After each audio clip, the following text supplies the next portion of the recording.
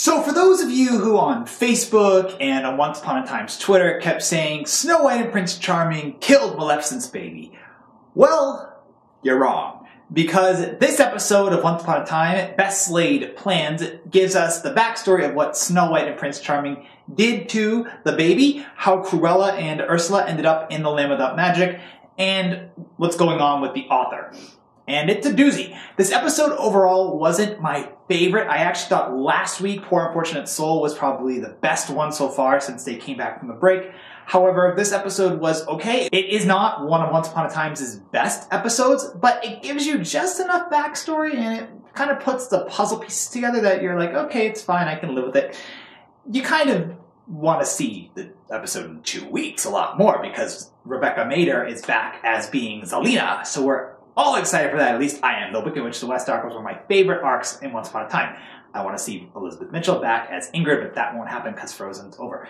So, like I said in the flashback, we have Maleficent and Snow White and Charming's backstory. Snow White and Prince Charming are not becoming, like, even remotely interesting or even likable to me. They're so stuck in their own ways, and the fact they won't change, or they're trying to change, and it's too late, it's so aggravating. Look, I get it. The idea is they're supposed to be heroes. I get it.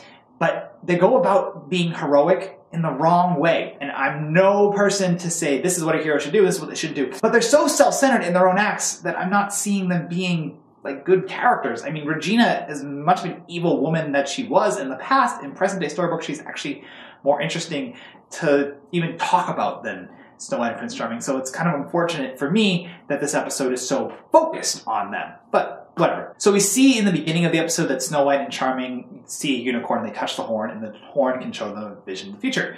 And Charming pretty much wants to see the good, and Snow White sees the bad, and we see young Emma crush Snow White's heart in her vision. So they're so afraid of what could happen to Emma, they go to see the Sorcerer's Apprentice. And they find out to see the Sorcerer's Apprentice or to meet him is through talking to this peddler. And he's important, and I'll come back to him in a second. So pretty much the Sorcerer tells them, or excuse me, the Sorcerer's Apprentice tells Snow White and Charming that they can transfer Emma's innate ability to be evil to another baby. Pretty much Snow White's reasoning is, Maleficent's evil, her baby's bound to be evil, so let's transfer all the evil to Maleficent's child. And that's what happens. They go kidnap Maleficent's baby. Cruella and Ursula, by the way, were guarding Maleficent's cave where she lays an egg.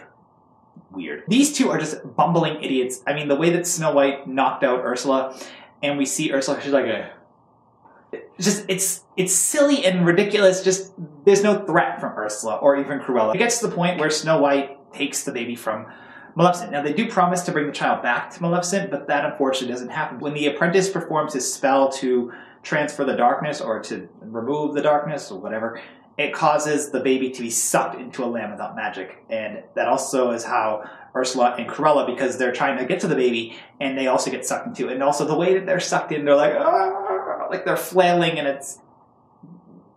there's no threat from them. Cruella in storybooks is a little bit more threatening. I like her a bit more in storybook, but in the Enchanted Forest flashbacks, I'm like, nope. These girls are idiots. And pretty much, it gets to the point where Snow White and Charming, after they realize they can't bring the baby back to Maleficent, they say, oh, we'll do good deeds to make ourselves feel better. And that's generally what most people do. If you do something bad, you repent in some way, which is fine. But I wasn't loving the flashback. I do like that we found out how Cruella and Ursula got to Land Without Magic. I like we found out what happened to the baby. But that's like the big gist of that. So in present day storybook, Mary Margaret and David were informed at the same time as Emma that Gold needs Emma to become evil. And then the two of them debate whether or not they tell Emma. In the end of the episode, they do. Emma runs away.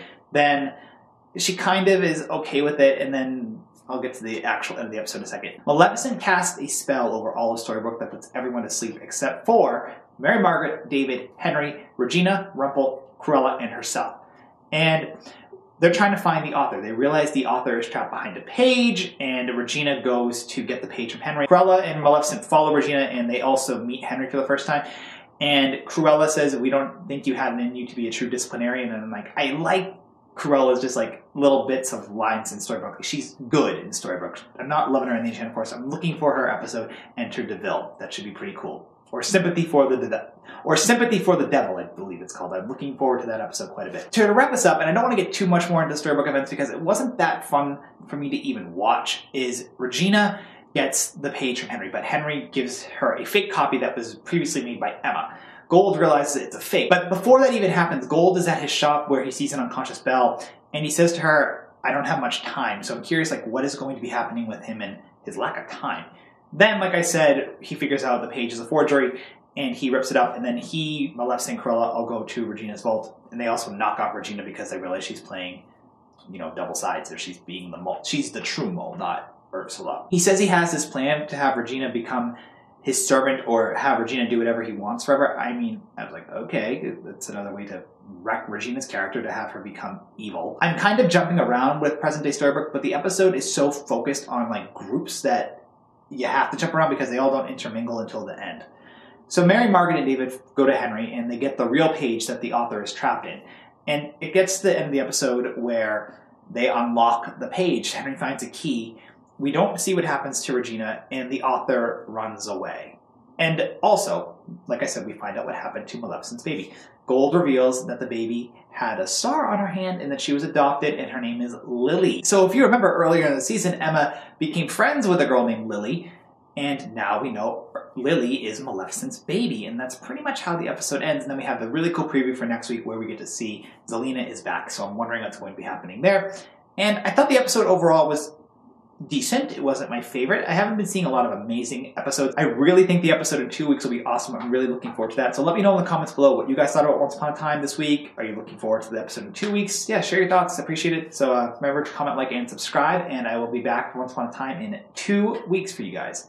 Bye. But I'm wicked. And wicked always wins.